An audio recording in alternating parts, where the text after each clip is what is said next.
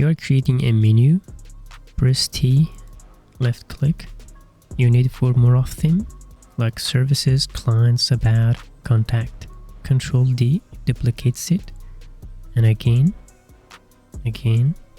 So here we have 5 menus. So imagine sometime if they're not aligned in a line, we can just click them and Alt V. Very simple. They will align in vertical centers. So now if we want to change its names, there's a very easy way. You don't have to double click on each of them. You can just click on this one, services, click on tab, clients, tab. Now there is a little problem, which is obvious. They're not tidied up properly. So I select all of them, press Ctrl Shift Alt and T. Tidy it up nicely. And last but not least, you want to add some shadow to the menu. Select all, go to design, add effect.